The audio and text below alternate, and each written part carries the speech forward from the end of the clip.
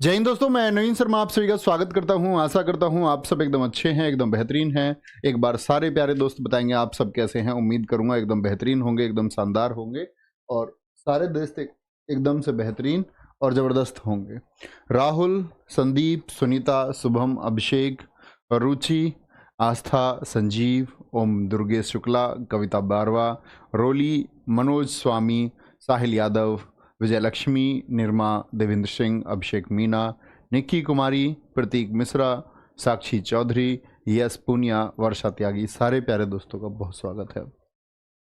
कल की क्लास दोस्त हम पढ़ रहे थे, आपका गुप्त वंश को हम लोग पढ़ रहे थे। एक बार सारे दोस्त बताएंगे कि मैं अगर एक क्वेश्चन आप लोगों से पूछता हूं, गुप्त वंश के वास्तविक संस्थापक चंद्रगुप्त प्रथम रहे। चंद्रगुप्त प्रथम गद्दी पर किस वर्ष बैठे? फटाफट से बताएंगे। जिस वर्ष उन्होंने गुप्त संवत को भी चलाया था। तो सारे दोस्तों का आंसर आना चाहिए और मैं उम्मीद करूंगा आप एक रिवीजन करते होंगे, अच्छा रिवीजन करते होंगे। ठीक है, आज की क्लास को वहीं से आगे बढ़ाएंगे। ठीक है, तो यहाँ कुमारगुप्त जी के बारे में हम जान रहे थे, मैंने बताया था यहाँ से कल पढ़ेंगे हम कुमारगुप्त। कुमारगुप्त से जानने से पहले ये भी जान लो, जो गुप्त डायनेस्टी है, जो गुप्त वंश था, गुप्त वंश के दौरान दो सिक्कों को किस नाम से जाना जाता था? जो सोने का सिक्का था उसको दिनार के नाम से जाना जाता था, इसको चंद्रगुप्त प्रथम ने चलवाया था। चांदी का सिक्का चंद्रगुप्त द्वितीय ने चलवाया था, जिसको रुपयक के नाम से जानते थे। और तांबे का सिक्का कौड़ी, ये प्रचलित था, किसी विशेष शासक द्वारा इसको नहीं चलाया गया। बहुत सारे बच्चे 322 एडी बता रहे हैं, बताओ इतना गलती कैसे कर सकते हो? ये 322 वाले ज्यादातर बच्चों का ठीक आंसर है 319। 319 एकदम से ठीक है, 319 में चलाया। कुछ बच्चों ने 380 लिख दिया है। अच्छा रिवीजन करना है दोस्त, बेकार रिवीजन नहीं करना है। कुमारगुप्त प्रथम ध्रुव देवी कौन है जानते हैं जी? पिता चंद्रगुप्त द्वितीय थे। नालंदा विश्वविद्यालय की स्थापना, भारतीय ज्ञान का केंद्र, या नालंदा को ही हम बोलते हैं Oxford of Mahayana. Oxford of Mahayana किसको कहा जाता है? महायान तो आप समझ गए, बौद्ध धर्म की महायान शाखा का बहुत अच्छा अध्ययन यहाँ पर होता था और अन्य बहुत सारे शोध केंद्र या दर्शन शास्त्र का अध्ययन यहाँ पे होता था। फिलॉसफी की पढ़ाई मित्र यहाँ पर होती थी। अगर मैं पूछूं उस टाइम की सबसे बेहतरीन यूनिवर्सिटी ये दुनिया की थी, और इतनी बेहतरीन यूनिवर्सिटी कि आप समझ सकते हैं कि यहाँ स्टूडेंट और टीचर का रेशियो 5:1 था, यानी 5 बच्चों पर एक अध्यापक होता था। तब ऑनलाइन एजुकेशन नहीं थी, ऑफलाइन ही था। तो आप समझ सकते हैं कि ऐसा नहीं था जैसे आपके टाइम पे स्कूल में 200 बच्चे हो गए क्लास में या 60 बच्चे हो गए। एक बेहतरीन एजुकेशन देने के लिए इन्होंने 5:1, आप बताएं कितना अच्छा अनुपात है। एक अध्यापक बच्चों को कितनी अच्छी तरह से समझा पाता होगा, सब तक बराबर बात पहुंचती होगी। माइक नहीं थे उस टाइम पे कि आप लोग सब तक अपनी बात बराबर पहुंचा दे, तो जो भीड़ हो गई, जो पीछे बच्चा बैठा था उस तक आवाज ही ना पहुंचती। बड़ी क्लासेस में ये हुआ है, जो टीचर पढ़ाते थे, तो जिन जिन क्लासेस में, जैसे हम 12th में थे तो हमारी क्लास में 170 बच्चे थे और इतना बड़ा वो हॉल था, इसमें बैठते थे, पीछे आवाज जाने का कोई मतलब ही नहीं था। ठीक है, बहुत सारा प्यार मेरे दोस्त सत्यम। उपाधि महेंद्रादित्य रही है इनकी। और ये नालंदा विश्वविद्यालय जो नष्ट किया गया वो बख्तियार खिलजी के द्वारा नष्ट किया गया। यहाँ पर मैं एक किस्सा आप लोगों को सुनाता हूँ कि कितने बड़े ज्ञान का केंद्र ये रहा। बख्तियार खिलजी जो एक विदेशी आक्रमणकारी है, ऐबक का अगर मैं बात करूं, जो गौरी है, मुख्यतः गौरी का नाम ले तो ज़्यादा ठीक है, गौरी का एक सेनापति है, एक बार बीमार पड़ गया। बीमार पड़ गया तो इतना बीमार पड़ गया कि ठीक नहीं हो पाया। बहुत ज़्यादा विश्वास रखता था अपने हकीमों में, उसको वही भाते थे। किसी ने बताया मौत आ जाएगी, क्या ही फायदा होगा, क्या रखा है धर्म में। इससे अच्छा उन्होंने बताया आचार्य शील भद्र हैं नालंदा में, वो तुमको ठीक कर सकते हैं। बड़ा प्रचलित किस्सा है। शीलभद्र ने कहा तो उसको भी दिख गया कि बख्तियार खिलजी को कि तेरी मौत नजदीक है। उसने बोला ठीक है बुलाओ, मरता क्या ना करता। बुला लिया। तो उसने कहा कि अगर तुम इतने बड़े वैद्य हो या इतना ज्ञान तुम्हारे पास है तो मुझे बिगर दवाई ठीक करो, बिगर दवाई दिए ठीक करो, दवाई नहीं खाऊंगा। हिंदुत्व का विरोधी व्यक्ति हिंदू व्यक्ति के हाथ से ऐसे ही दवाई नहीं खाए। तो कहते हैं उन्होंने उसको कुरान की एक प्रतिलिपि भेंट की कि तुम इस कुरान को पढ़ते रहिए। क्योंकि उन्होंने उसके बारे में रिसर्च की कि शिक्षित तो था नहीं बख्तियार खिलजी, बर्बर शासक, असभ्य है, एक बदतमीज व्यक्ति रहा, कुरान को भी बदतमीजी से पढ़ता था, उंगली थूक लगा करके और फिर उसको पलटता पेजों को।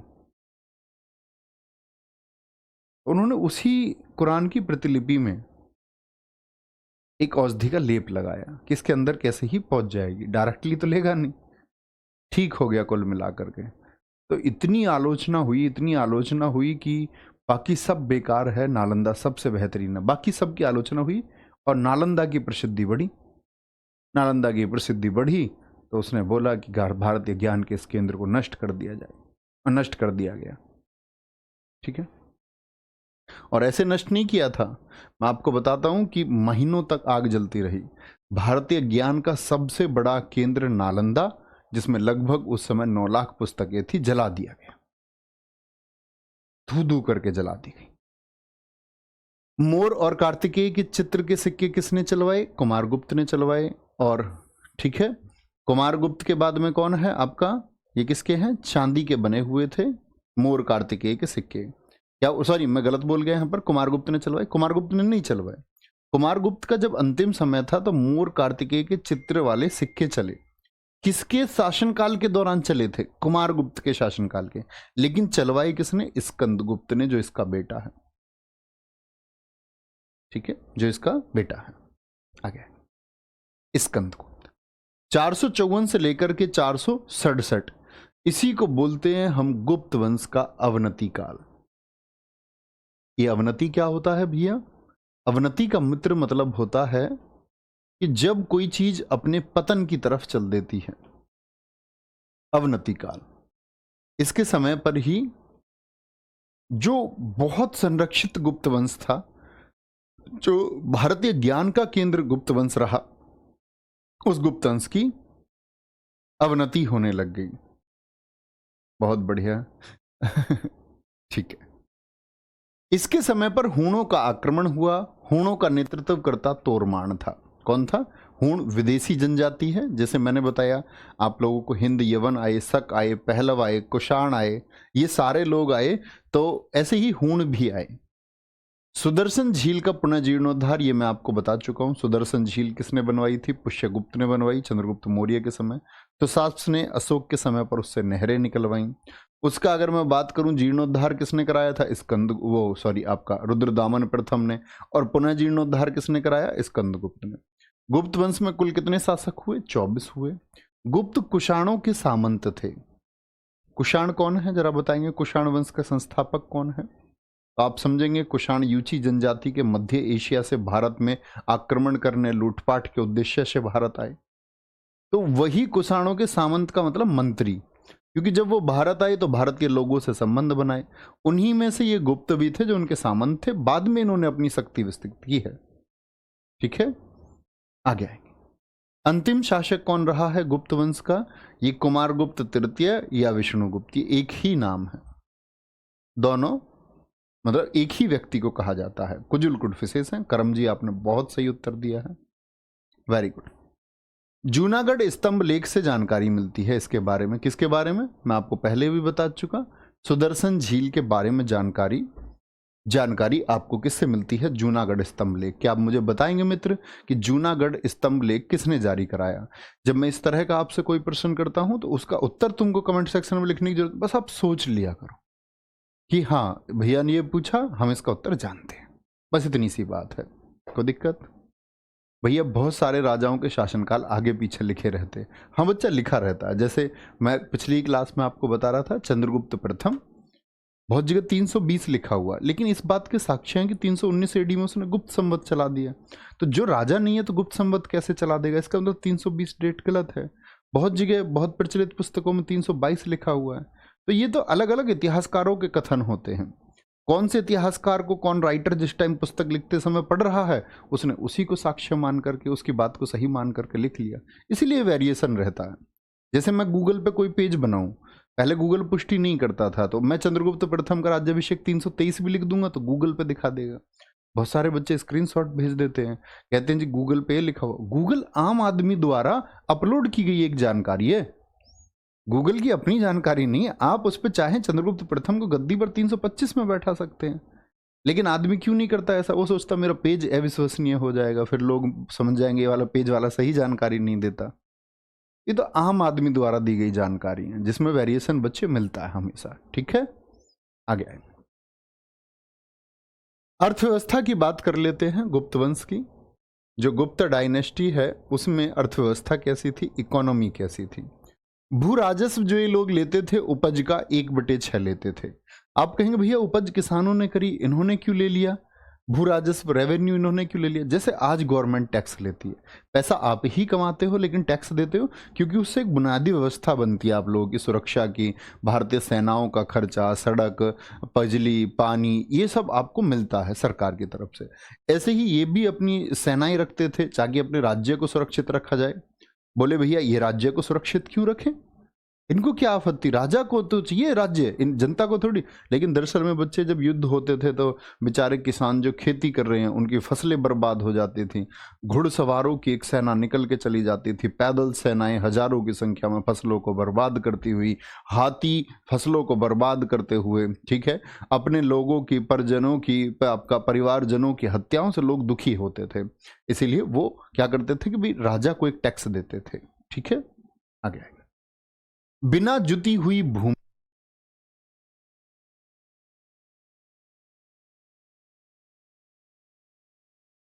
कोई दिक्कत?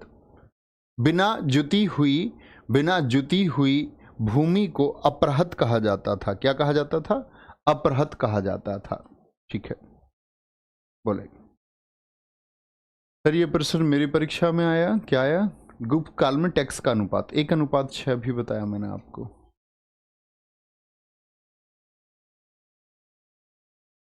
सर जितनी हिस्ट्री आप करा रहे हैं उससे बाहर कुछ तो नहीं आएगा, आ सकता है, बिल्कुल आ सकता है। मैं ये कहता हूँ हमेशा जो पढ़ाए हुए से बाहर आएगा वो छोड़ना ही होगा। 50 में से 50% जीएस में हम नहीं कर सकते, इतना ईमानदार तो मुझको भी होना पड़ेगा। मैं यहाँ खड़े होकर तुमसे झूठे वादे करूँ कि नहीं सब कुछ आएगा, तो सब कुछ किसी का भी नहीं आ सकता।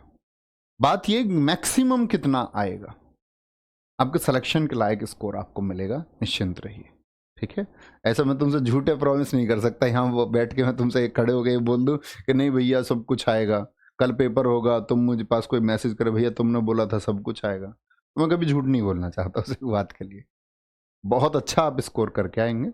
और जैसे मान के चलो इतिहास के आपके मान के चलो 8% आए या 10% आए या 6% आए, क्योंकि ये भी फिक्स नहीं है कितने आएंगे, कम ज़्यादा हो सकते हैं किसी भी विषय के। तो दोस्त जैसे मान के चलो 6%, तो मैं आपको एक इतनी गारंटी जरूर दे सकता हूँ कि हाँ आपको 4-5% मिलेंगे। इक्का दुक्का प्रश्न भैया बाहर जा सकता है, उसके लिए पहले माइंड सेट अपना बना लेना। ऐसे नहीं है बोलो भैया तुमने वो पढ़ाया नहीं था वो आया था, हमेशा आते हैं, मेरे लिए भी कोई प्रश्न मुश्किल होगा। ठीक है, चले आगे। गुप्त भैया सेंटर कहाँ बनाते थे अपना? पाटलिपुत्र में ही सेंटर है इनका। अभी उज्जैन जाएगा, मैंने आपको बोला था क्लास में ही, उज्जैन से पहले पाटलिपुत्र केंद्र रहा है। ठीक है, प्रशासनिक व्यवस्था, पुलिस प्रमुख गुप्त वंश में कौन था? दंडपाशिक। कैसे पूछा जाता है कि दंडपाशिक पद का क्या कार्य था? विदेशी नीति के लिए इन्होंने एक पद बनाया, महासंघिक विग्रह, बहुत इंपॉर्टेंट है, प्रशासनिक व्यवस्था कंप्लीट याद करना। ठीक है, न्याय विभाग का प्रमुख कौन होता था? महादंड नायक। दान विभाग का प्रमुख कौन होता था? अग्रहारिक। जो ये टैक्स लेते थे, एक तो भूमि का हो गया 1/6, एक भट्ट कर लेते थे, पुलिस टैक्स लिया जाता था पुलिस को आपका वेतन आदि देने के लिए, एक चार्ट कर, ये लुटेरों पर भी कर लगता था। तो भैया क्या ये लोग लुटेरों को समर्थन देते थे कि लूट करके आओ और हमको हिस्सा दे दो? नहीं, अपने राज्य की सीमाओं में लुटेरों को दंड मिलता था। यही काम है आपका किसका? जो दंड विभाग को देखेगा, महादंड नायक। ठीक है, ये लुटेरे कहां पर? ये राजा जो थे समय पर ये बोलते थे कि अन्य राज्यों से जो लूट की गई, अन्य राज्यों को जो तुमने कमजोर पहुंचाई है, तो उनका कुछ हिस्सा हमको ला के दो, हमको भी तो दो अन्य राज्य का हिस्सा। अपने राज्य में लूट नहीं, दूसरे राज्य में लूट कर सकते हो। ठीक है, कोई दिक्कत कोई परेशानी?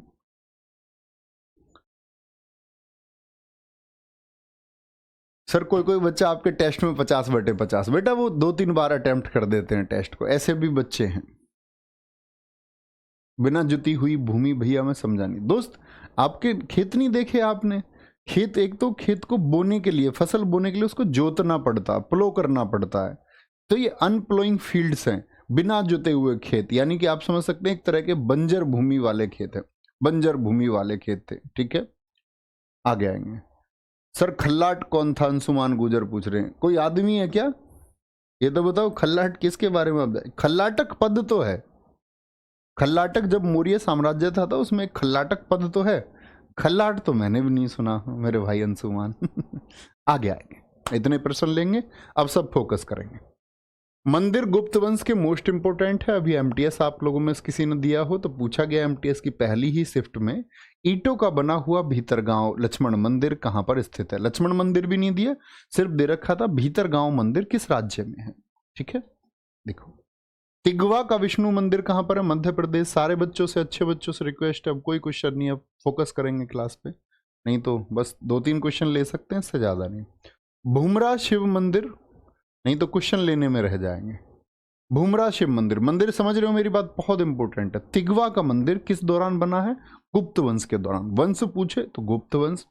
क्या बोलेंगे जी, कहां पर स्थित है? तो मध्य प्रदेश। भूमरा शिव मंदिर मध्य प्रदेश आपका। एरण का विष्णु मंदिर कहां पर है? मध्य प्रदेश में है। भीतरगांव मंदिर ये उत्तर प्रदेश के हो गए। भीतरगांव मंदिर कानपुर आपका। और दशावतार मंदिर बहुत पूछा जाता है, सारे याद करना, सारे के सारे, तो दिक्कत को परेशानी। आगे आएंगे, वेरी गुड, बहुत शानदार। अंकुश जी बहुत बेहतरीन मेरे दोस्त, थैंक यू। आगे देखें, अजंता की गुफाएं जिनकी कुल संख्या कितनी है? अजंता केव्स, अजंता की गुफाएं, मैंने आपको बता रखा है कई बार प्रैक्टिस सेट में भी, अजंता की गुफाएं कहां पर स्थित हैं जरा बताएंगे। अजंता की गुफाओं के बारे में मैं आपको जब यूनेस्को की साइट पढ़ाऊंगा स्टैटिक जीके में तब भी हम जानेंगे। ठीक है, क्या बोलोगे? अजंता की गुफाएं 29 हैं जिनको बच्चे 1983 में यूनेस्को की विश्व विरासत सूची में शामिल किया गया। भारत की कितनी साइट हैं? तो अभी जो बच्चे नहीं जानते तो परेशान नहीं होना, भारत के कुल 40 स्थल हैं जो यूनेस्को की विश्व विरासत सूची में वर्ल्ड हेरिटेज साइट में शामिल है, उनके बारे में हम जानेंगे, चिंता करने की बात नहीं है। ठीक है, आगे आएंगे। अजंता की गुफाएं कहां पर स्थित हैं? संभाजी नगर, जिसका नाम पहले औरंगाबाद हुआ करता था, औरंगाबाद हुआ करता था, मध्य प्रदेश नहीं, ये महाराष्ट्र में है। कहां पर है? महाराष्ट्र में है। एमपी गलती से प्रिंट हो गया होगा, क्या बोलोगे? भैया जी ये महाराष्ट्र में स्थित है, नोट करेंगे एक बार, और एक बार थम्स अप कर दिया करो कि भैया नोट कर चुके हैं। बिल्कुल ठीक है एकदम से। जोगिंद्र सिंह जी बहुत बढ़िया, देवेंद्र सिंह जी एकदम सही answer, very good. I am Chaprana Gujar, very good भाई। रविंद्र कुमार एकदम सही उत्तर है। निखिल कुमार जी बहुत शानदार। आगे मीना जी ने लिखा है कि 40वां स्थल धोलावीरा है, वेरी गुड। ये हुई ना बात, इस तरह से खुद को अपडेट और रिलेट रखना है। जी अनिल कुमार एकदम ठीक है, नोट कर थम्स अप कर दिया करो ताकि मुझे पता चल पाए कि आप लोग लिख चुके हैं। ठीक है, तिगवा का विष्णु मंदिर मध्य प्रदेश लिख चुके हैं सारे बच्चों को थम्स अप आते हुए। अब आते हैं थानेश्वर का पुष्यभूति वंश। आप लोगों ने आज की क्लास पे दोस्त हेडिंग लिखा देखा होगा, और आपने देखा होगा कि आज हम पढ़ने वाले हैं गुप्तोत्तर काल। क्या? गुप्तोत्तर काल।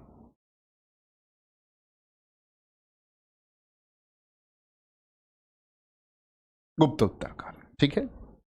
आप लोगों को पहले एक छोटी सी बात समझनी होगी, अपना दायरा थोड़ा विकसित करके, कि नए शहरों का निर्माण होता है कि नहीं होता, यस और नो। आप कहेंगे हाँ भैया नए शहरों का निर्माण होता है, तो क्या ऐसा होता है कि जो व्यवसाय आज एक शहर में है उसी व्यवसाय को कल दूसरे शहर में बहुत अवसर मिल जाए और वो नई सिटी में ज्यादा अच्छा फला फूले, यस और नो? जैसे हम ये देखते हैं कि ग्रेटर नोएडा, यहां पहले जमीन ऐसी थी, गौतम बुद्ध नगर जिला जो आज उत्तर प्रदेश के विकसित जिलों में से एक है, एनसीआर का प्रत्येक बच्चा जानता है। जो यहां पर औद्योगिकरण हुआ, नोएडा को जो पहचान मिली, ग्रेटर नोएडा को जो पहचान मिली, पहले यह एक बंजर भूमि लगभग हुआ करती थी क्योंकि यमुना का पानी था, बाढ़ का प्रकोप था, तो यहां खेती भी अच्छे से नहीं हो पाती थी। तो क्या बोलेंगे? आप कहेंगे हाँ भैया कोई नया शहर बस सकता है, बिल्कुल मानेंगे ये बात को या नहीं? बिल्कुल, कभी भी बस सकता। आज भी भारत सरकार चाहे तो एक नया शहर बसा सकता है। अच्छा, उस नए शहर में कितनी व्यवस्थाएं हों, क्या व्यापार उस शहर में बढ़ जाएगा कि नहीं बढ़ जाएगा? व्यापार बढ़ सकता है। आप कहेंगे हाँ भैया, व्यापार बिल्कुल बढ़ सकता है, एकदम राइट बात है। तो ऐसा ही हुआ गुप्त वंश के बाद में। गुप्तोत्तर मतलब गुप्तों के बाद में। तो जो भारत था हमारा, इसमें आपका पहले जो प्रसिद्ध नगर रहा वो रहा पाटलिपुत्र। आपका क्या बोलोगे? पाटलिपुत्र, पटना, आज के पटना को बोलते हैं। लेकिन फिर थोड़ा सा कन्नौज की तरफ गए और क्या बोलोगे, तब आपका कन्नौज में सेंटर बन गया और कन्नौज देश का एक नया व्यापारिक नगर बन के उभरा। अगली जो होड़ रहेगी, अब तक आप लोगों ने देखा, अब से पहले प्राचीन भारत में संघर्ष किसके लिए था? मगध के लिए, क्योंकि वो शक्तिशाली था। मगध बहुत छोटे छोटे हिस्सों में धीरे धीरे बट गया। पाटलिपुत्र को सेंटर बनाया तो राजधानी ही तो जीतनी होती है। राजा राजधानी को ही तो जीतेगा, किले को ही तो जीतेगा। तो पाटलिपुत्र के बाद में शक्ति कहां पहुंच गई है? कन्नौज। तो अगला जो संघर्ष होगा वो किसके लिए होगा? कन्नौज के लिए, क्योंकि अब यहाँ पर नई सड़कें भी हमेशा बनती रही। अब जो नई सड़कें बनी है वो कन्नौज से होकर के उत्तर और दक्षिण भारत को और पूर्व और पश्चिम भारत को जोड़ती है नई सड़कें। पुराने मार्ग पर लोग बच्चे चलना एक समय के बाद में आप सब जानते हैं।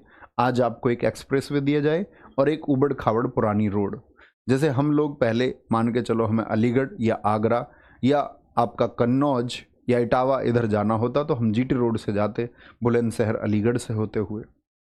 लेकिन अभी क्या सब जो लोग जाएंगे, अभी जाएंगे ताज एक्सप्रेसवे से, जो आपका गौतम बुद्ध नगर उत्तर प्रदेश से सीधे आगरा पहुंचा देगा आपको और उधर से फिर लखनऊ पहुंच जाओगे। नई सड़क का इस्तेमाल करोगे कि पुरानी का?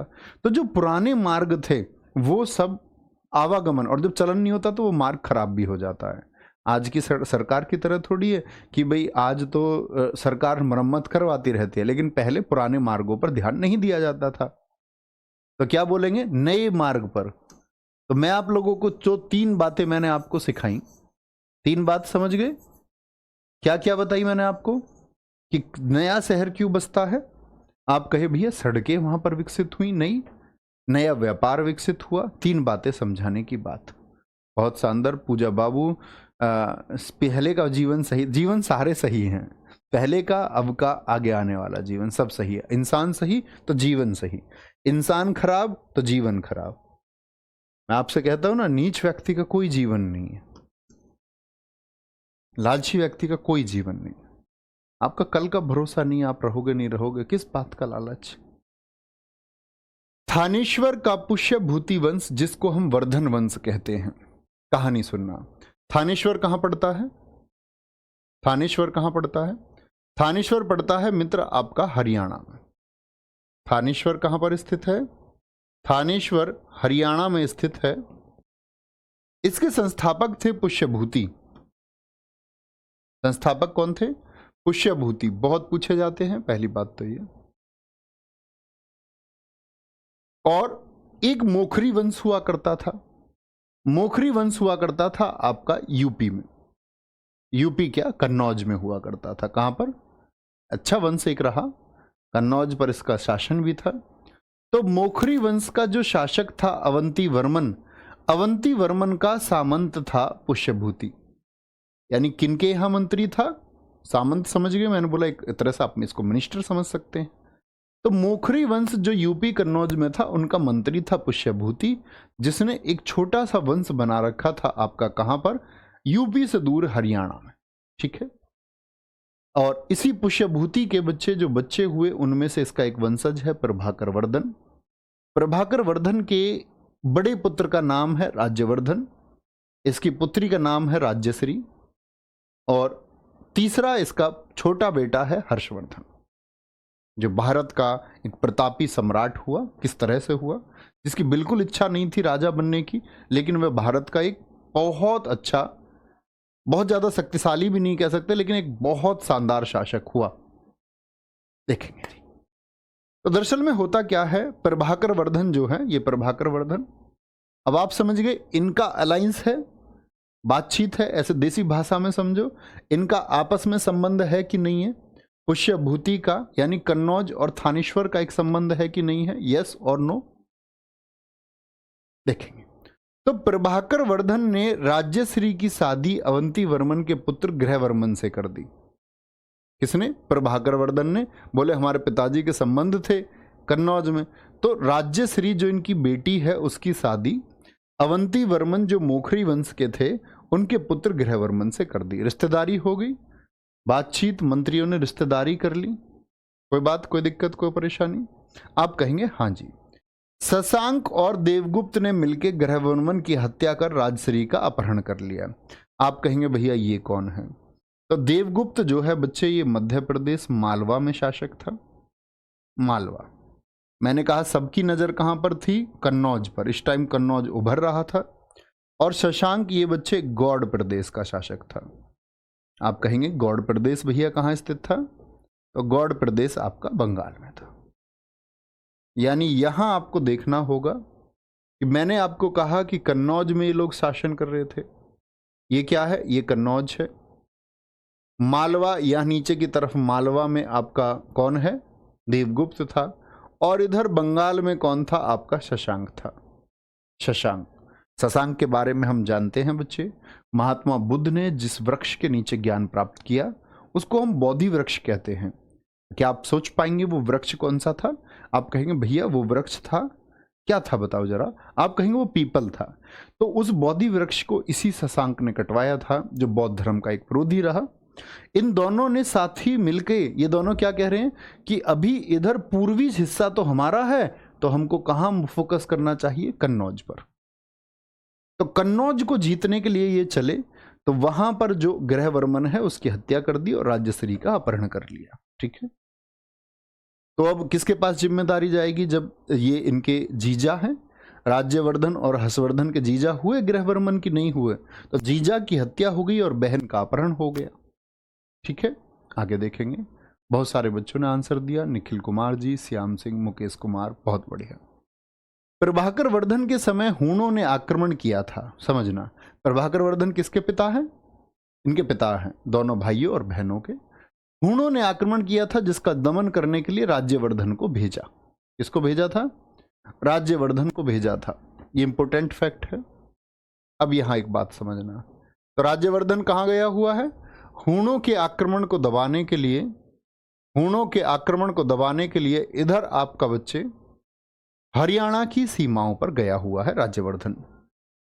राज्यवर्धन के पास भी मैसेज भेजा गया कि तुम्हारी बहन का अपहरण हो गया है। और एक जो हर्षवर्धन है वो छोटा बच्चा है, अभी उसके बारे में पढ़ेंगे हम। तो कुरंगक दूत से हर्षवर्धन ने अपने पिता प्रभाकर वर्धन व माता यशोमती की मृत्यु का खबर सुनकर अपने राज्य में आते हैं। आप कहेंगे भैया हर्षवर्धन कहां पर हैं इस टाइम?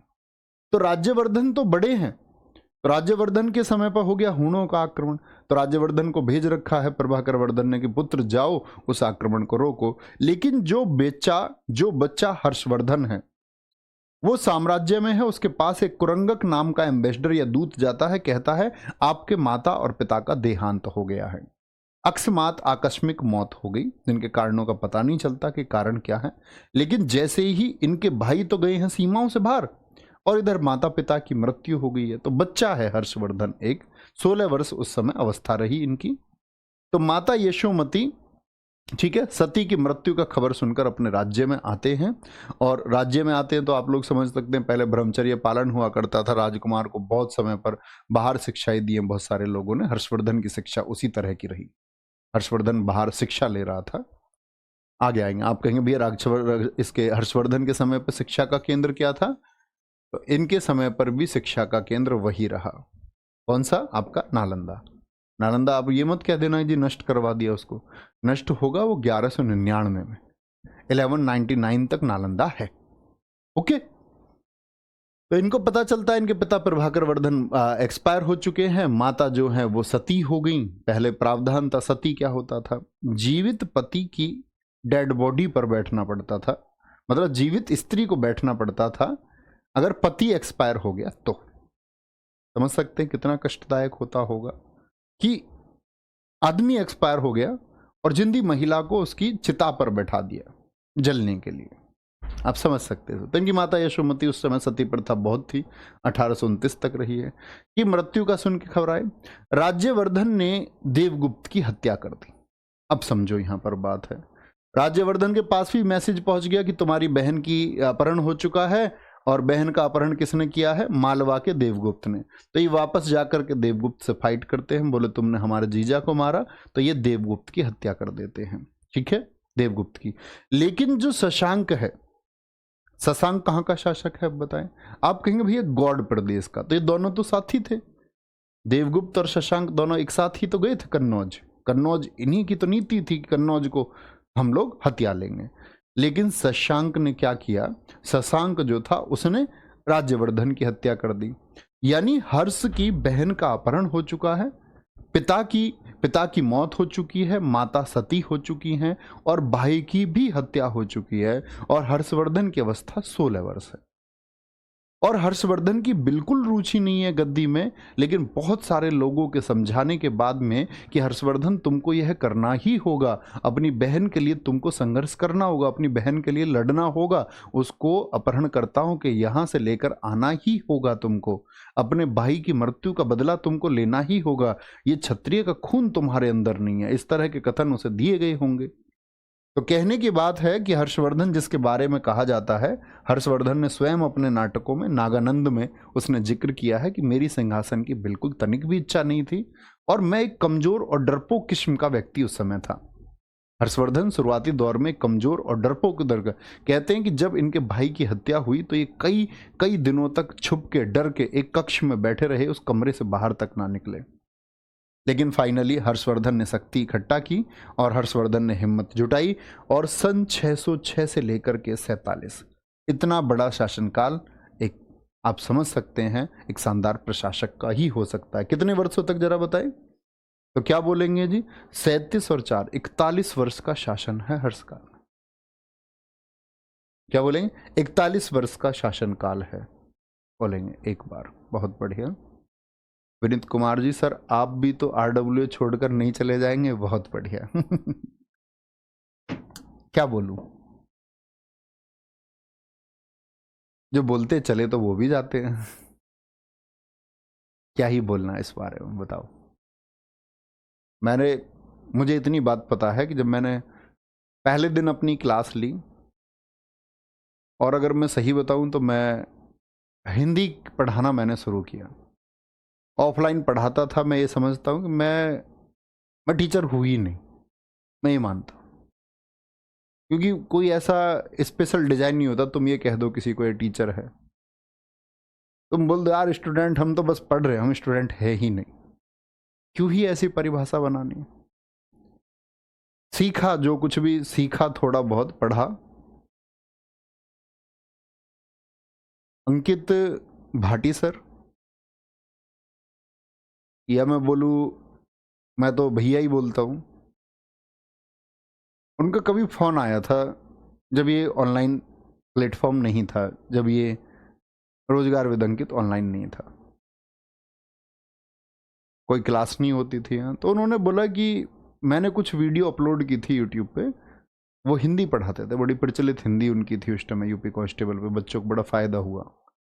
तो उन्होंने बोला कि इसको हम मार्केट में किताब बना के लॉन्च करेंगे। मैंने जो उन्होंने पढ़ाया मैंने एज इट इज उसमें लिखा। मैं आपसे कहता हूँ ना कि मेरी हिंदी अच्छी होने का कारण, या मैं हिंदी क्यों पढ़ पाया, मुझे भी हिंदी का ज्ञान नहीं था, वर्णमाला अल्फाबेट तक का ज्ञान नहीं था, तो मैंने वो लिखा वहाँ से, तो थोड़ा ज्ञान विकसित हुआ, समझ आई। फिर धीरे धीरे उन्होंने सब कुछ किया, और अगर मैं आज बोलता हूँ तो हमेशा यही बात कहता हूँ, कोई कुछ में, किसी में कोई विशेषता नहीं है, हम सबके ऊपर उपकार है उनका। इसको कोई समय पर चाटुकारिकता कहता है, इसको कुछ समय आने के बाद में लोग ये कहते हैं कि नहीं हित हैं, कुछ लोग इसको इंसानियत का नाम दे देते हैं, कहते कि इंसानियत नहीं है उनके अंदर, या ऐसे नहीं है, ऐसे नहीं है। तो ऐसी बात है ना कि घर में भी दो भाइयों के बीच यदि संघर्ष होता है तो एक भाई दूसरे भाई को बुरा कहने लग जाता है, दो सगे भाई बहन एक दूसरे को बुरा कहने लग जाते हैं। तो जब व्यक्ति के स्वयं के हित पूरे नहीं होते तो वो बुराई करने लग जाता है। कोई भी हो सकता है इसमें। मैं भी शायद कल मेरे हित पूरे ना हो तो मैं भी शायद कल बुराई करने लग जाऊं किसी आदमी की कि तुम बच्चे मेरे हित की बात नहीं कर रहे, मैं तुमसे लड़ने लग जाऊं। लेकिन मैं तो एक बात कहूँगा भाई, मेरी पहली क्लास थी, मैंने स्टेटमेंट दिया था ऑफलाइन में बच्चों के सामने, और तब तो कोई ऐसी बात भी नहीं थी, चैनल इतना बड़ा नहीं था, 1 मिलियन का भी चैनल नहीं था। चैनल था 7 लाख का, 7 लाख बच्चे थे इस चैनल पे। तब ऐसे ही मैंने ऑफलाइन में एक बार बोला था सबके सामने यूपीएसआई के बैच में कि जब तक यहाँ मौजूद हैं, एक तो संस्थाएं कमज़ोर नहीं हो सकती। शायद भगवान ने उतनी ताकत, उतनी हिम्मत दी है कि कोई सोचे कि कमज़ोर हो जाएगी, तो कमज़ोर तो हो नहीं सकती, किसी का ही भ्रम होगा। और दूसरी बात रही पढ़ाने की, तो नवीन शर्मा का स्टेटमेंट है, इसके अलावा कभी कहीं नहीं, नेवर, हो ही नहीं सकता। मैं बच्चों को ये कह के आया था कि मैं कहीं और पढ़ाऊँ तो मैं अपनी माँ की असली औलाद नहीं, क्योंकि जिस व्यक्ति ने हमको पहचान दी, जिस व्यक्ति ने हमको प्लेटफॉर्म दिया, बेशक हमने मेहनत की इस पे, हम इसको बनाने में साथ थे, लेकिन मार्गदर्शक भूला नहीं जाता। फिर तो हम सब कुछ भूल जाएंगे अपने जीवन में दोस्त। ठीक है, आगे आएंगे। हर्षवर्धन गद्दी पे बैठा 41 साल के लिए। ठीक है, 41 साल, 606 से 647। जन्म 590 में, तो समझे कितनी उम्र रही होगी, 16 वर्ष। इन सब चीज़ों पर तुम ध्यान मत लगाया करो, तुम पढ़ा करो अपना। पत्नी दुर्गावती है, क्या बोलेंगे, पत्नी है इनकी दुर्गावती। गद्दी पे कब बैठे, 606 एडी में बैठे। क्या बोलेंगे, 606 एडी में बैठे। ठीक है भाई साहब, 606 एडी में बैठे। आगे आएंगे, यहां आएंगे। हाँ बिल्कुल, कोई दिक्कत नहीं है। पता, ऑफर कुछ नहीं होता। आपको लगता है कि आपके भाई के पास ऑफर नहीं आए होंगे? मैं ये कहता हूँ, मैं उन व्यक्तियों में से नहीं हूँ जो ये यूट्यूब पे गाते ना, मुझे इतने का ऑफर आया, इतने करोड़ का आया, मैंने संस्था नहीं छोड़ी, ये वो। ये फर्जी लोग हैं, मार्केट में अपने प्राइस बढ़ाने में लगे हुए लोग हैं। कुछ बातें बताई नहीं जाती, खुद समझा करो सारी चीजों को। इतना एनालिसिस तुम्हारा होना चाहिए, तुम शिक्षित बच्चे हो। गॉड नरेश शशांक को पराजित कर दिया। किसने पराजित कर दिया? हर्षवर्धन ने। वापस आएंगे, वापस आएंगे टॉपिक पर। तो कहने का मतलब है हर्षवर्धन गद्दी पर बैठ गया। अब बहन कहां पर है? बहन कैद में है। तो बहन कैद में है तो देवगुप्त तो मारा जा चुका विरोधी, और शशांक भी मारा जा चुका। तो गॉड नरेश शशांक को पराजित कर दिया। और दिवाकर मित्र जो बौद्ध भिक्षु हैं, एक बौद्ध भिक्षु थे, वो आकर के खबर देते हैं हर्षवर्धन को कि तुम्हारी बहन वो शशांक की कैद से निकल करके कहीं जंगलों में, उन तुम्हारी सिस्टर को खबर मिल चुकी है कि उनके पति मारे जा चुके, गृहवर्मन, तो वो सती होने जा रही हैं जंगल में, क्योंकि सती प्रथा उस समय पर विद्यमान थी। उनको पता चला कि पति के बगैर मैं क्यों जीवित हूं। बहुत सारी स्त्रियां स्वयं ही खुद को आग के हवाले कर देती थी, कहती थी कि जीवन नहीं है अपना कुछ भी। ठीक है, हर्षवर्धन को साहित्य का सम्राट कहा जाता है, ये बात समझे। दिवाकर मित्र की मदद से हर्षवर्धन ने अपनी बहन राज्यश्री को खोजा। वो जाते हैं, अपनी बहन को मनाते हैं, वापस ला करके बैठाते हैं कि कन्नौज की गद्दी पर तुम्हारा हक है, और कहते हैं अपनी बहन को उन्होंने सिंहासन पर अपने साथ रखा है। हर्षवर्धन को साहित्य का सम्राट कहा जाता है। राजधानी कान्याकुब्ज यानी कन्नौज है इनकी, कन्नौज सेंटर हो गया है, ये बात याद रख लेना। तो मुझे एक बात बताओ, पूछा जाता है कि शासन कहां से कहां पर आया हर्षवर्धन के समय पर, पहले कहां था? इतनी बार मैं कहूं कि ऐसी कोई परीक्षा नहीं शायद इसमें ये प्रश्न ना पूछा गया हो, तो हम लोग हमेशा याद रखेंगे थानेश्वर से कन्नौज। कन्नौज कहां? उत्तर प्रदेश में। और थानेश्वर कहां है मित्र? ये हरियाणा में। हर्षवर्धन को पुलकेशिन ने हराया नर्मदा नदी के तट पर 618 में। तो भैया ये तो हर्षवर्धन की हार हो गई। दरअसल में क्या कहते हैं देखेंगे यहां पर। हर्षवर्धन उत्तर भारत में कि दक्षिण भारत में, सारे दोस्त बताएं। तो हर्षवर्धन ने उत्तर भारत पर जब जीत लिया, हर्षवर्धन अच्छा शासक रहा, तो उत्तर भारत में जब कन्नौज सबसे शक्तिशाली उसके पास है, तो नॉर्थ को जीत जाता है। नॉर्थ के बाद में उत्तर भारत को जीतने के बाद में हर्षवर्धन योजना बनाता है कि उसको दक्षिण भारत को भी जीतना चाहिए। लेकिन दक्षिण भारत में चालुक्य वंश के बहुत प्रतापी शासक पुलकेशिन हैं। इनके बारे में जब मैं आपको चालुक्य वंश पढ़ाऊंगा तब आपको मैं एक वर्ष बस पूछना चाहूंगा कि भैया जरा बताओ हर्षवर्धन में युद्ध कब बताया था। ठीक है, तो हर्षवर्धन को पुलकेशिन ने हराया था नर्मदा नदी के तट पर 618 ईस्वी में। तो हर्षवर्धन आगे नहीं बढ़ पाया था, तो वहां पर उसने अपनी सीमाएं सुरक्षित कर ली और हर्षवर्धन ने सोचा फिर उत्तर भारत में ही रहना ठीक है, और फिर उत्तर भारत पर ही शासन किया, नॉर्थ इंडिया पर। यहां पर देखेंगे हर्षवर्धन के नाटक कौन कौन से हैं। वेरी गुड, बहुत शानदार। हर्षवर्धन के नाटक कौन कौन से थे भैया? पुलकेशिन प्रथम या पुलकेशिन द्वितीय? पुलकेशिन द्वितीय था ये। पुलकेशिन इनके नाम है, अभी सिर्फ आपको याद रखना है कि पुलकेशिन ने हराया। ये पुलकेशिन जब हम पढ़ेंगे चालुक्य वंश को तब मैं आपको बताऊंगा कि पुलकेशिन द्वितीय था। अभी भी लिख सकते हो आप, कोई दिक्कत नहीं है इस बात में। हर्षवर्धन के बारे में जानकारी कहां से मिलती है? देखें, हर्षवर्धन के बारे में जानकारी मिलती है, हर्षवर्धन के नाटक हैं जो संस्कृत भाषा में लिखे, यानी वर्धन वंश की भाषा संस्कृत रही। नागानंद, रत्नाली और आपका प्रियदर्शिका। अब बहुत सारे लोग कहते हैं कि नाटकों का लिखने का जो श्रेय है वो कवि धावक को जाया जाता है।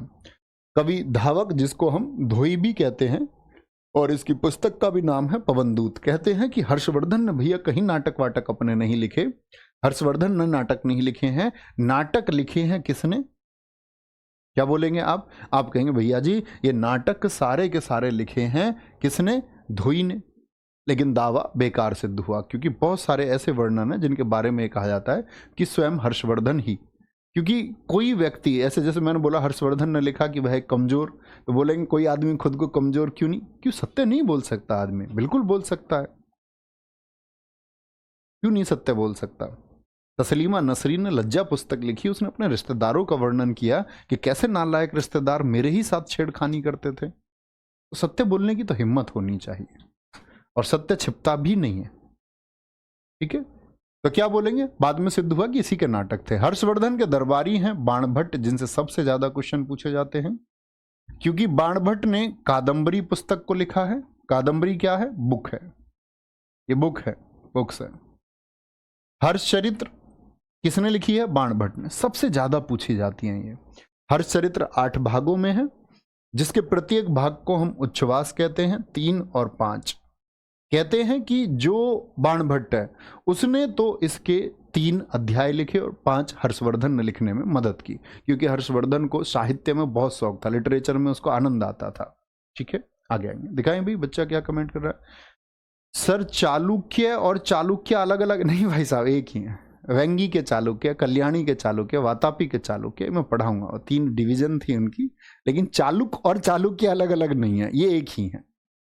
ठीक है, आगे क्या बोलेंगे यहां पर? मयूर भट्ट, जिसने कौन सी पुस्तकें लिखी हैं? मयूर भट्ट ने सूर्य शतक पुस्तक लिखी है, और आपका मयूर शतक, जिसको हम मयूराष्टक भी कहते हैं। भैया कन्नौज की अगर हम बात करें, मैं कन्नौज से ही हूं, इसका किसने, क्या कह रहे हैं, नींव किसने रखी होगी? बहुत बढ़िया, नींव तो बहुत पुरानी है। कन्नौज इतना व्यापारिक नगर था, अमावासु नामक व्यक्ति को इसका क्रेडिट दिया जाता है भाई। अमावासु ने इसकी स्थापना की थी, ये कहा जाता है। ठीक है, कि इस साहित्य की नगरी, या बोलते हैं ऐसे कन्नौज, अब तो इत्र नगरी आप उसको कहने लग गए।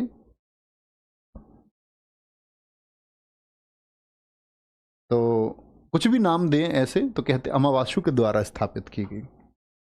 समझे जी बात को? मयूर शतक को आप लोग मयूराष्टक भी लिखना। बच्चे कई बार मयूर शतक नहीं पूछता, मयूराष्टक नाम देता है। तो मैंने क्या बोला? 3 बाणभट्ट ने लिखे और 5 किसने? हर्ष ने लिखे हैं अध्याय में। एक मतंग दिवाकर किसके दरबार में रहते थे? मतंग दिवाकर हर्षवर्धन के दरबार में। इनकी कोई पुस्तक नहीं है, ये मतंग दिवाकर की नहीं है, मयूर शतक का भी सोच लो। मैंने क्या बोला? मयूर भट्ट की हैं दोनों। अच्छा, भर्तृहरि किसके दरबार में रहते थे? हर्षवर्धन के दरबार में। कवि सोढल ने हर्षवर्धन को साहित्यिक हर्ष कहा है। उसने कहा है कि हर्षवर्धन की साहित्य में बहुत रुचि थी। अमन कुमार जी, बहुत सारा प्यार दोस्त, हमेशा। आगे हम तो चोल और चालुक्य एक ही समझते, नहीं नहीं अलग अलग हैं, सब पढ़ेंगे, आप चोल भी पढ़ेंगे चालुक्य भी पढ़ेंगे। समझते ही कि वो तुम एक ही, जब तुमको पता ही नहीं है चोल और चालुक्य के बारे में तो तुमको कुछ समझना ही नहीं चाहिए। बोल रहे हैं कि चोल और चालुक्य हमने एक समझ लिया, एक तो जानते नहीं हो और एक समझ रहे हो। सबसे बड़ी दिक्कत तो ये है, जानते हुए समझते तो एक बात होती कि जानते हुए समझ रहे, जानते भी नहीं और एक समझ लिया। इंसान से ऐसी भूल होती है, बगैर ज्ञान के किसी को ना समझो। बहुत बढ़िया। कोई दिक्कत? तो बाण भट्ट की रचनाएं कादंबरी और हर्षचरित्र, मयूर भट्ट की सूर्य शतक और मयूर शतक, मतंग दिवाकर की कोई पुस्तक है ही नहीं, भर्तृहरि सोडल ने हर्षवर्धन को साहित्यिक हर्ष कहा है। ठीक है, आगे आगे लिखेंगे, आगे चलेंगे। सागर कुमार जी बहुत बढ़िया। सर मंदिरों की शैली नहीं पढ़ाएंगे बच्चा, मंदिर स्टैटिक जीके में हम पढ़ते हैं, वहां पे पढ़ाऊंगा मैं आपको नागर शैली, द्रविड़ शैली, बेसर शैली क्या होती हैं, कैसे होती हैं, स्तूपों की कला हम पढ़ेंगे, हर्मिका के बारे में जानेंगे। ठीक है, विमानन क्या होता है ये सब जानेंगे। ऐसे में बीच में कुछ भी पढ़ाने लग जाऊंगा, आप लोगों को प्रश्न मत किया करो, मेरी जिम्मेदारी है ना। आज तक इतने बच्चों के भरोसे को पूरा करता आया हूँ, इतने बच्चों की उम्मीदों को पूरा करता हूँ, आपको बीच में छोड़ देंगे क्या? वो हमारा काम है, निश्चिंत रहिए, है ना, डोंट वरी। आप ये सोचो कि जो हम पढ़ा रहे हैं आप उसका एक अच्छा रिवीजन करते हो या नहीं। ठीक है, आगे आए। नेक्स्ट, अब आते हैं हेनस्वांग पर, क्योंकि हेनस्वांग का सीधा सीधा संबंध किससे है? हर्षवर्धन से है। हेनस्वांग चीन से आया, ऐसे ही कौन आया इससे पहले चीन से बोलेंगे? मैंने आपसे कहा चंद्रगुप्त मौर्य के समय, चंद्रगुप्त मौर्य बोल रहा हूँ सॉरी, चंद्रगुप्त द्वितीय के समय पर कौन आया? चंद्रगुप्त मौर्य के समय तो आया था आपका कौन?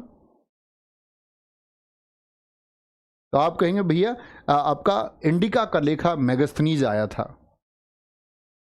आप कहेंगे कि हिनस्वांग भी चाइना से आया। इससे पहले आपका चंद्रगुप्त द्वितीय के समय पाया फाहियान, जिसने फाक्यों लिख करके रचनाएं लिखी, भारत के बारे में वर्णन दिया। ऐसे ही हिनस्वांग आया। ये क्यों आते हैं भैया? ये लोग, मैंने बताया ना, ऑक्सफोर्ड ऑफ महायान, महायान शाखा के बारे में ज्ञान प्राप्त करने के लिए नालंदा की तरफ आते। उस समय नालंदा दुनिया में प्रचलित था। तो ये 630 से 645 भारत में रहा है 15 वर्षों तक। 18 महीने इसने नालंदा में महायान शाखा का अध्ययन किया। हेनसांग को हम चीन से आया है, इसको यात्रियों का राजकुमार, प्रिंस ऑफ पिलग्रिम्स कहते हैं, क्योंकि सबसे ज्यादा भारत में जितने भी यात्री आए उन सब में से सबसे ज्यादा अच्छा विवरण हिनस्वांग का माना जाता है, तो इसको प्रिंस ऑफ पिलग्रिम कहते हैं। ठीक है, तशांग भी इसको कहते हैं। तशांग, दलाई लामा, जो दलाई लामा है ये 1950 कितने में आए थे भारत? मैंने आपको बताया दलाई लामा तिब्बत छोड़ के भागे, चीनी इनको मारना चाहते थे जब वो तिब्बत को कंट्रोल कर रहे थे, अपने नियंत्रण में ले रहे थे, तो दलाई लामा भाग के आगे भारत 1959 में अपने साथ तशांग की खोपड़ी भी लेके आए। आज भी बिहार में संग्रहालय में रखी हुई है। बोले जी हमारे पास ये है आपको देने के लिए, भारत को, हमको शरण दीजिए। ठीक है, तो तशांग किसको बोलते हैं? हिनसांग को। खोपड़ी कहाँ? बिहार में रखी हुई है आज भी। और दलाई लामा 1959, 18 महीने नालंदा में महायान शाखा का अध्ययन किया। और कुलपति इनके समय पर कौन है? शीलभद्र हैं। शीलभद्र दरअसल में एक उपाधि हो गई थी। ठीक है, शीलभद्र एक उपाधि हो गई थी आपका, किसकी? वो नालंदा की। क्या लिखता है हिनस्वांग? ये मैंने बताया हिनसांग का वर्णन है। कहाँ से वर्णन लिया है? उसने अपना यात्रा वर्णन सीयू की पुस्तक में लिखा है, जहां से हमको ये 5:1 की जानकारी मिली। विद्यार्थी अनुपात शिक्षक। हिनस्वांग की जीवनी, लाइफस्टाइल, ये बायोग्राफी कहें, दो शब्द होते हैं बच्चा। एक तो बायोग्राफी होता है, जैसे मान के चलो मैं आप में से किसी बच्चे की जीवनी लिखूं तो वो बायोग्राफी है। ऑटोबायोग्राफी यानी अपनी जीवनी मैं लिखूं, मेरे साथ जीवन में क्या घटित हुआ, मैंने क्या झेला इस जीवन में, मेरा क्या संघर्ष रहा, और क्या मेरा थॉट प्रोसेस है, मैं इस लोगों को क्या सिखाना चाहता हूँ, मैं अपने बारे में कुछ लिखूं तो वो ऑटोबायोग्राफी है। ठीक है, अपने बारे में, अपने एक्सपीरियंसेस लिख रहा हूँ मैं। या सच लिखूं, एकदम झूठ लिखूं तो ऑटोबायोग्राफी नहीं है, फिर आत्मकथा नहीं है, फिर तो झूठी कथा हो गई। सीयू की पुस्तक जो है वो व्यापार का सबसे महत्वपूर्ण केंद्र किसको बताती है? कन्नौज को। मैंने भी आपको बताया उस समय कन्नौज सबसे व्यापारिक केंद्र था। लेकिन दक्षिण में बोलती है व्यापार का महत्वपूर्ण केंद्र कांची है। इसके लिए भी दक्षिण में संघर्ष होंगे, कांची के लिए भी पढ़ाएंगे हम आपको। हर्ष की सेना चतुरंगिणी थी। चतुरंगिणी मतलब इसमें पैदल, घोड़े, हाथी आदि सब शामिल थे। हर्ष का नाम शिलादित्य कहा गया है। हर्ष का नाम, ये जो लिखा हुआ शब्द थोड़ा कटा हुआ है, हर्ष है। हर्ष का नाम क्या है? शिलादित्य है। ठीक है भैया। अंतिम हिंदू सम्राट हर्षवर्धन है कि हेमू है? बच्चे हेमू होगा। अकबर आएगा तब मैं आपको पढ़ाऊंगा।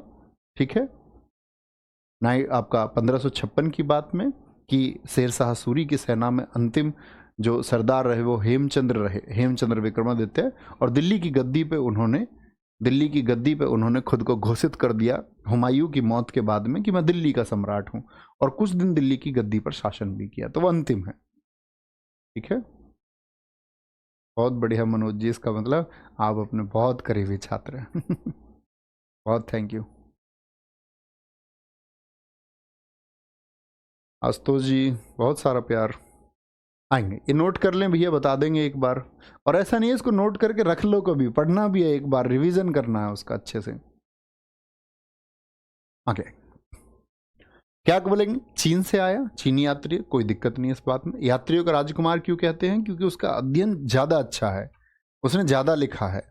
तशांग भी कहते हैं। खोपड़ी दलाई लामा ने दी भारत को 1959 में। 15 वर्ष तक भारत रहा, हेनसांग के समय पे आया। कुलपति, ये तो याद रखने की आवश्यकता नहीं कभी। इसकी इंपॉर्टेंट पुस्तक बहुत इंपॉर्टेंट है। सीयू की किसकी रचना है?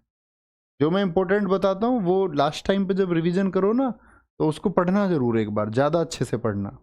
ठीक है, आगे आएंगे। सर कांची दक्षिण में कहाँ पर है? कांची बच्चे आपका तमिलनाडु में है। उसके लिए भी संघर्ष होंगे। जो पल्लव वंश है, मैं आपको बताऊंगा, पल्लव वंश वहां पर झगड़ा करेंगे, लेकिन अभी नहीं समझेंगे। जो बच्चे जानते होंगे वो तो समझ जाएंगे। सर दलाई लामा एक ही आदमी है, कई आदमियों का संगठन है? नहीं, दलाई लामा तो उपाधि है ना, वो एक आदमी है ना, आदमियों का संगठन है। अब तक 14 दलाई लामा हुए हैं। तो ये दलाई लामा जो है 14वें दलाई लामा है जो भारत में आपने देखे हों। ठीक है, 14वें दलाई लामा जो कहाँ पर रहते हैं? मैकलॉडगंज। मैकलॉडगंज पड़ता है आपका धर्मशाला, धर्मशाला हिमाचल प्रदेश में वो रहते हैं। भारत सरकार ने उनको जगह दी रहने के लिए, क्योंकि हमारे देश में सभी धर्मों का संरक्षण है, सबका। ओके, बहुत बढ़िया। ये आपका दलाई लामा, अब हम बोले इनका नाम दलाई लामा नहीं, इनका असली नाम तो ग्यात्सो है। ग्यात्सो नाम है इनका। असली नाम क्या है? असली नाम है इनका, असली नाम ग्यात्सो। ठीक है, ग्यात्सो भी सरनेम है, और तेंजिंग नाम है वैसे तो, तेंजिंग ग्यात्सो। तो दलाई लामा एक उपाधि है, बौद्धों के द्वारा दी जाती है अपने गुरु को। गुरुजी लोग क्या लिखते हैं जो आप उनसे ये कहते हो? बहुत सारा प्यार, अच्छे शब्द लिखते हैं इसीलिए उनके लिए बोला जाता है।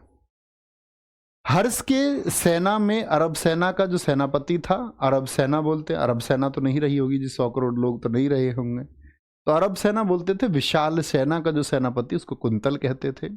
हर्षवर्धन ने क्या क्या कार्य दोस्त कराए? हर्षवर्धन ने महामोक्ष परिषद का आयोजन कराया है 2 जगह। पूछता है हर्षवर्धन ने किन 2 स्थलों पर आपका महामोक्ष परिषद का आयोजन कराया? प्रयाग और कन्नौज। प्रयाग और कन्नौज 2 जगह पर कराया है।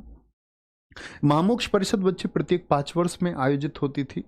इसमें क्या होता था? हर्षवर्धन दान देता था और एक धार्मिक समागम होता था, जैसे हमारे यहाँ कुंभ आदि का आयोजन होता है, वो भी हर्षवर्धन के द्वारा ही हालांकि शुरू कराया गया।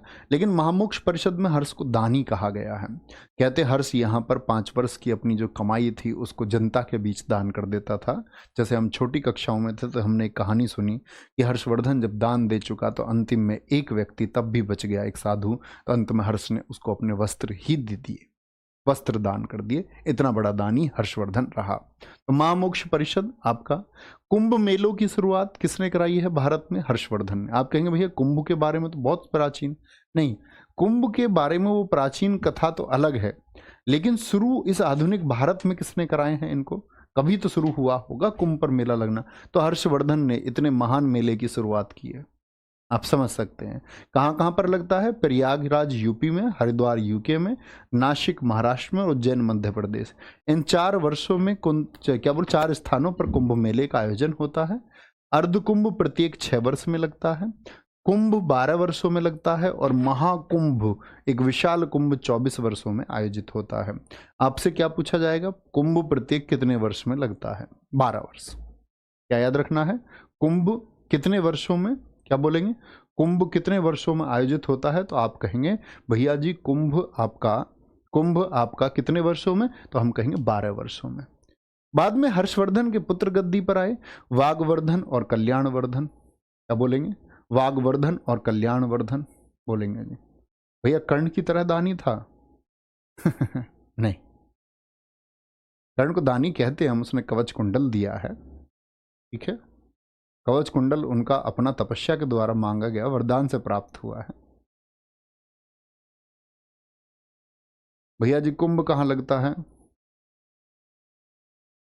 अंकित फौजदार मेरे भाई। ठीक है, आ गया है। हर्ष के पुत्र वाग्यवर्धन और कल्याणवर्धन है, ये बात याद रखें, ठीक है। यहाँ पर हमारा टॉपिक ये खत्म होता है, यहाँ पे पढ़ेंगे।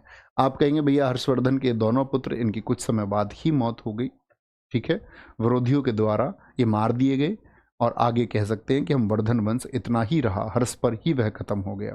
इनके स्वयं के मंत्रियों ने इनके बेटों की जान ले ली थी। तो ख्याल रखिए अपना, कल मिलते हैं। और अब हम लगभग आ जाएंगे आपका किधर, कन्नौज के लिए एक त्रिपक्षीय संघर्ष, वो साथ साथ चलेगा मध्यकालीन भारत के। और मध्यकालीन भारत में हम कुछ ऐसा करेंगे, क्योंकि दिल्ली सल्तनत का इतिहास सारा जुड़ा हुआ है, खत्म हो गया। फिर मुगल बचेंगे, मुगलों के बाद में फिर आधुनिक भारत की तरफ हम आ जाएंगे। ख्याल रखिए, बाय बाय, टेक केयर। मिलते हैं 3 बजे यूट्यूब पर, ओके। प्रैक्टिस सेट के साथ में उम्मीद करूँगा सब लोग साथ जुड़ेंगे। आज पहली क्लास है, ज़रूर जुड़ना।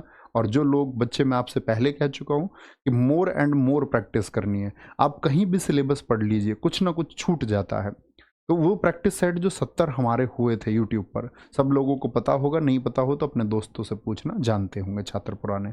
70 सेट दिल्ली पुलिस के लिए यूट्यूब पर कराए हैं 3 बजे। पेपर बच्चे ये टारगेट बना लो, पेपर हॉल में उन प्रैक्टिस सेट के बिना नहीं जाओगे, करके ही जाने हैं। और साथ में जो आज से शुरू हो रहा है 3 बजे जरूर करना है। थैंक यू, बाय बाय, जय हिंद।